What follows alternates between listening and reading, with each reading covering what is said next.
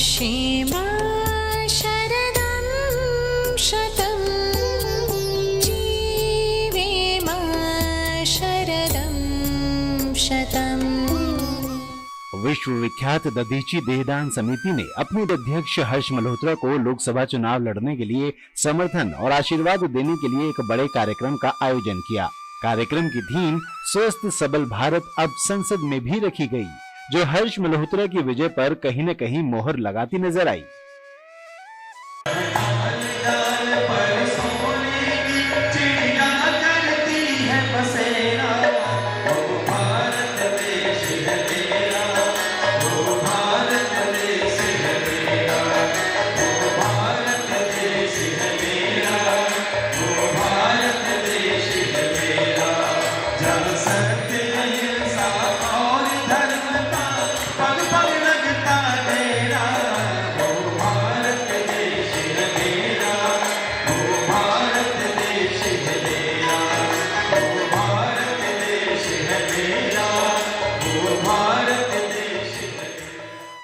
आयोजन में विश्व हिंदू परिषद के राष्ट्रीय अध्यक्ष आलोक कुमार, श्रद्धेय श्री अजय भाई जी, दिल्ली बीजेपी के कोषाध्यक्ष सतीश गर्ग, गांधीनगर के विधायक अनिल वाजपेयी सहित कई प्रतिष्ठित और गणमान्य जन उपस्थित रहे और सभी कार्यक्रम की तारीफ के साथ पूर्वी दिल्ली से भाजपा प्रत्याशी हर्ष मल्होत्रा को समर्थन देते दिखे। संयोग ऐसा हुआ कि जिस समय टिकट दिल्ली के घोषित होने थे, एक दधीची देहदान समिति की बैठक थी। हम सोच रहे थे कि हर्ष नहीं आ पाएंगे, पर वो आए। शांत भाव से, एकाग्र मन से वो बैठक लेते रहे। बीच में फोन आया, लोकसभा के टिकट की घोषणा हो गई है। तो ये जो उनके मन का शांत भाव है और दधीची के प्रति का समर्पण है, ये हमको यह विश्वास दिलाता है कि अगर वे लोकसभा में पहुंच गए तो स्वस्थ और सबल भारत का हमारा जो स्वप्न है उसको पूरा करने के लिए एक मजबूत आधार मिलेगा। उनको शुभकामनाएं देने के लिए हमने आज की बैठक बुलाई है। वास्तव में हर्ष भाई इस क्षेत्र के मूल निवासी हैं, तो उनको क्षेत्र की समस्या का पता है। बाकी जब हम दधीची देहदान की बात करते हैं तो हर्ष मल्होत्रा जी उसके अध्यक्ष हैं। रात को हमारा खुद ऐसा अनुभव हुआ है कि कई बार जो जिनकी मृत्यु होती है उनके परिवार में देहदान करना चाहते हैं, तो मैंने भी जब फ़ोन किया तो 11-12 बजे वो उस स्थान पर पहुँचे हैं। वो देहदान कैसे किया जाए, डॉक्टर से मीटिंग कैसे की जाए, ऐसा उनका व्यक्तित्व है। दधीची देहदान समिति, मेरे पिताजी आदरणीय श्री मांगेराम जी गर्ग जुड़े रहे, पूरा परिवार जुड़ा है। पिताजी का भी शरीर देह त्यागने के बाद देहदान समिति के द्वारा हॉस्पिटल को दिया गया। आज वास्तव में अंगदान की और देहदान की समाज को बड़ी ज़रूरत है और निश्चित रूप से दधीची देहदान को ये मौका मिला कि आज उनका प्रतिनिधि जो कि अध्यक्ष है लंबे समय से, अगर आज संसद में पहुंचेगा तो खाली बीजेपी को या अन्य विषयों को फायदा नहीं होगा। एक बड़ा फायदा ये होगा कि जो ये लक्ष्य है कि अधिक से अधिक लोग देहदान करें, अधिक से अधिक लोग अंगदान करें, वो अंग फिर प्रत्यारोपित होकर लोगों के कल्याण में काम आए। तो ये एक आवाज़ देहदान समिति की, देहदान की, जो दधीची जी ने रास्ता दिखाया था और ये मार्गदर्शन फिर आलोक जी के द्वारा किया गया। अगर ये आवाज़ पहुँचेगी तो निश्चित रूप से संसद में इस आवाज़ के कारण से देश को एक बड़ा लाभ होने वाला है। क्या लगता है? हर्ष जी का सामाजिक जीवन 30 साल का है, जैसा मैं उन्हें जानती हूँ। तो समाज सेवा के कार्यों में लगे हैं और राजनीतिक जीवन भी है उनका, एक लंबा राजनीतिक जीवन है। बीजेपी में वो काफ़ी समय से हैं और अच्छे महत्वपूर्ण पदों पर भी रहे। जमीनी कार्यकर्ता हैं, पहले काम करते रहे, फिर उनको धीरे धीरे कुछ जिम्मेदारी मिली और अभी वो महामंत्री के पद पर थे। तो महामंत्री का पद एक बहुत महत्वपूर्ण और एक जिम्मेदारी का पद माना जाता है पार्टी में। तो उस पर उन्होंने एक अच्छा कार्य करके दिखाया होगा, कुछ अपनी योग्यता दिखाई होगी। तो उनको जब ये टिकट मिला तो हम लोगों को वास्तव में बहुत खुशी हुई कि दधीची देहदान समिति की आवाज भी अब संसद तक पहुंचेगी। एक बहुत ही कुशल राजनेता की तरह वो संगठन शिल्पी हैं। बीजेपी के अंदर विभिन्न पदों पे उन्होंने कार्य किया है संगठन में, लेकिन एक समाज में जो उनकी इज्जत है, एक समाज सेवी के रूप में, ऐसा समाज सेवी जब देश का प्रतिनिधित्व करेगा तो ये देश और समाज के लिए बहुत अच्छा होगा। मैं अपनी ओर से और अपने डॉक्टर समाज की तरफ से ये कह सकता हूँ कि डॉक्टर समाज इस बात से बहुत खुश है कि हरजी ऐसा व्यक्ति हम सबका प्रतिनिधित्व उसमें करेगा। और हमारे कम से कम यहाँ 5 से 6 हज़ार डॉक्टर्स की फैमिलीज हैं, जो हॉस्पिटल्स हैं, उन सब ने अपना पूरा सपोर्ट हर्ष मल्होत्रा जी के लिए प्रतिज्ञा ली है और वो सब ये देखेंगे कि हर्ष जी हमारी आवाज बन के संसद में जाएं। संस्था के सदस्यों का मानना है कि हर्ष मल्होत्रा 100% विजयी होंगे और स्वस्थ सबल भारत की मुहिम को मजबूती से संसद में उठाकर आगे बढ़ाएंगे। आप भारत देश में कहीं पर भी रहते हो, आपको कहीं से भी रेसिपिएंट मिल सकता है यदि आपको गवर्नमेंट नोटिफाई करती है। ये मैंडेट दधीची देहदान समिति का दिया हुआ है। सो दिस वाज व्हेन जब वो रूलिंग में नहीं थे या वो संसद में नहीं थे। मुझे विश्वास है जब वो हमारे पूर्वी दिल्ली लोकसभा की आवाज बनकर संसद में जाएंगे तो डेफिनेटली पॉलिटिकली अपने लोगों के लिए बेनिफिट करेंगे ही करेंगे। दधीची देहदान समिति की मुहिम जो ऑलरेडी एक नेशनल लेवल में it's creating ruffles as you said, उसको डेफिनेटली एक बहुत ज्यादा बल मिलेगा और संसद में ये नेशनल लॉ बन करके आएगा। हर्ष मल्होत्रा जी हमारे बड़े भाई हैं, हमारी संस्था के अध्यक्ष हैं। इनके मार्गदर्शन में हमने बहुत बड़े बड़े काम किए हैं। अब हॉस्पिटल्स में जो कुछ कमियां कभी रह जाती हैं, हर्ष जी संसद में पहुंचेंगे, उन समस्याओं का समाधान करेंगे। लोकसभा के माध्यम से हमारी बातें कही जाएगी। दधीची देहदान समिति और अच्छे से कार्य करेगी। हम अभी दूसरे लोगों पे डिपेंड होते हैं। जब हमारा प्रतिनिधि वहाँ पर होगा तो आवाज उठाएगा ही उठाएगा। अब पूरी संस्था को नहीं, देश के कार्यकर्ताओं को, देश की जनता को, जो लोग देहदान के जो लोगों से फायदे होते हैं, ब्लड डोनेशन भी करते हैं, आंखों का दान भी करते हैं और शरीर का दान भी करते हैं, जो उनके अंगों का जिसको भी आवश्यकता होगी और इसको और कैसे बढ़ाया जाए, इसकी आवाज़ संसद में हर्ष मल्होत्रा जी के माध्यम से वहाँ पहुँचेगी। दधीची देहदान समिति उनके नेतृत्व में इतनी बड़ी हो चुकी है, हमारा पैन इंडिया इन्फ्लुएंस है और उन्होंने देहदान और अंगदान के रूप में सरकार को क्या क्या कार्य करने चाहिए, सरकार को क्या पहल लेनी चाहिए और हम और किस तरीके से लोगों की जान बचाने के इस कार्य को बढ़ा सकते हैं, हम लोगों के जीवन को स्वस्थ बनाने के लिए इस कार्य को बढ़ा सकते हैं। निसंदेह हमारे को इससे बहुत बड़ा बल मिलेगा। हमारे को नहीं मिलेगा बल्कि देहदान, अंगदान और नेत्रदान के इस अभियान को मिलेगा। देखिए, जो मैंने उनको देखा पिछले निरंतर समय से भारतीय जनता पार्टी में कार्य करते हुए भी बहुत जिम्मेदारी पर वो रहे और काफ़ी व्यस्त रहे, लेकिन उसके बावजूद दधीची देहदान समिति के साथ उनका जुड़ाव और उनके कार्यक्रमों में उनका सहभागिता, उनका मार्गदर्शन निरंतर मिलता रहा और वो उनकी प्राथमिकताओं में बना रहा। यानी कि अगर राजनीतिक क्षेत्र में सेवा करना हो और सामाजिक रूप से सेवा करना हो तो दधीची देहदान समिति ये उनके लिए परिवार से भी सर्वोपरि रहा है, जो मैंने देखा है। तो मुझे पूरी उम्मीद है कि संसद में भी वो इसकी आवाज़ बनेंगे और देहदानियों के जो परिवार हो उनको सम्मान और प्रतिष्ठा मिले, उसके लिए कार्य करेंगे। समिति के साथ भी बहुत अच्छा उनका लगाव है। प्रत्येक व्यक्ति के साथ वो परिवार की तरह जुड़े हुए हैं। एक सरल हृदय व्यक्ति हैं वो और ज़मीन से जुड़े हुए हैं।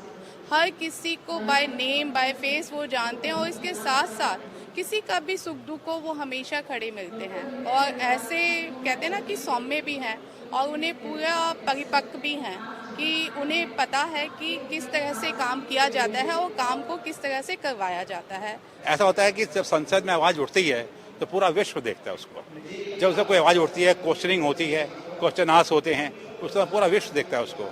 उसमें हर आदमी के दिमाग में कई, हम जब जागरूकता के जाते हैं लोगों को मालूम ही नहीं होता। सी वोटर्स ने एक बहुत बड़ा एक सर्वे किया था, उसके अंदर 87% लोगों को मालूम ही नहीं है कि देहदान क्या होता है, नेत्रदान क्या होता है, अंगदान क्या होता है।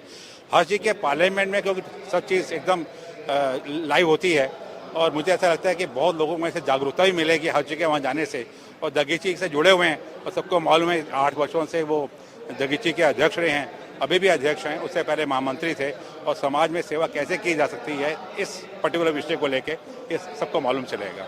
ये बड़ा विरला होता है कि एक सामाजिक कार्यकर्ता एक राजनीतिक काम भी कर रहा है है ना। सामान्यतः अगर राजनीतिक कार्यकर्ता सामाजिक काम करता है तो अच्छा नहीं समझा जाता, लेकिन एक सामाजिक कार्यकर्ता ने राजनीतिक चित्र भी उतना ही बड़ा है और उससे बड़ा सामाजिक चित्र है, तो समाज में बड़ी अच्छी उनकी पैठ है। सब लोग बहुत, जब मैं पूर्वी दिल्ली का ही कार्यकर्ता हूँ, मैं उत्तराखंड प्रकोष्ठ का अध्यक्ष हूँ भाजपा दिल्ली प्रदेश का, मेरा बहुत बड़ा समाज पूर्वी दिल्ली में रहता है और सब बड़े उत्साही है कि हमको एक अच्छा कार्यकर्ता, अगले कई दशकों तक हम सोच रहे हैं कि हरजी अगले 3-4 टर्म कम से कम वो हम उनको सांसद देखें, आगामी 20 साल तक वो सांसद रहे। ऐसी शुभकामनाओं के साथ मैं आपका धन्यवाद करता हूँ।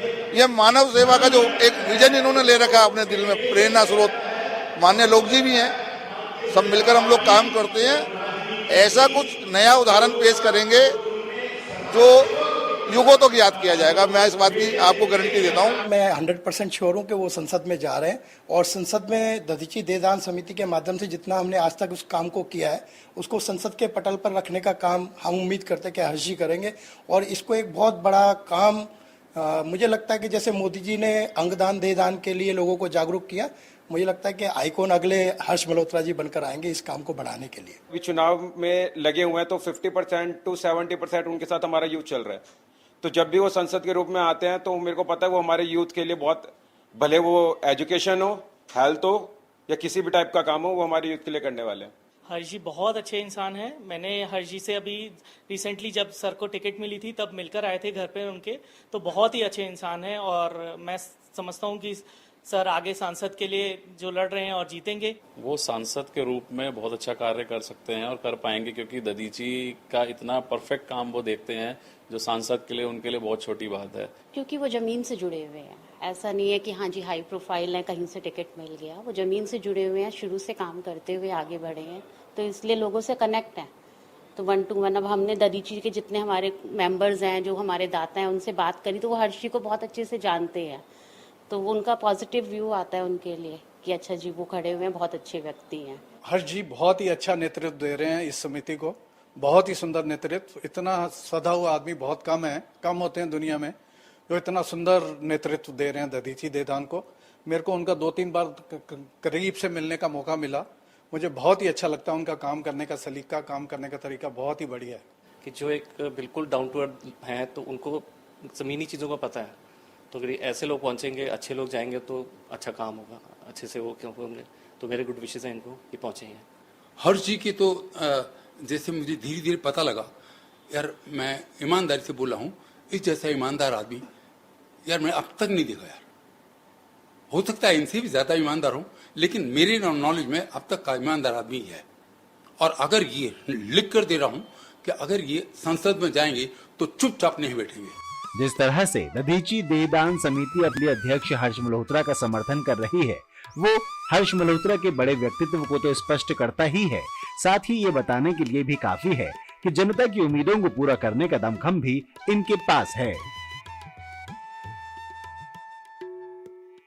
सर, पिछले 20 साल से आप दधीची देहदान समिति के साथ जुड़े हुए हैं, किस मंशा के साथ जुड़े थे और किस चीज ने आपको प्रेरित किया था?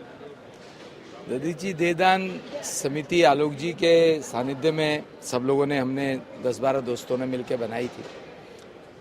इसका मेन उद्देश्य दिल्ली एनसीआर में हमने देहदान और अंगदान मरणोपरांत इस बात की जन जागरण के लिए, और इसमें जो लोग हमारे माध्यम से संकल्प पत्र भरते हैं उनका जब वो अंतिम समय आता है, उस समय क्योंकि हम जितने भी दान करवाते हैं वो सरकारी अस्पताल में या आई बैंक सरकारी में ही करवाते हैं, तो उस समय परिवार और सरकार के बीच में एक सेतु का काम करते हुए वो काम भी हमारे कार्यकर्ता हम सब लोग करते हैं।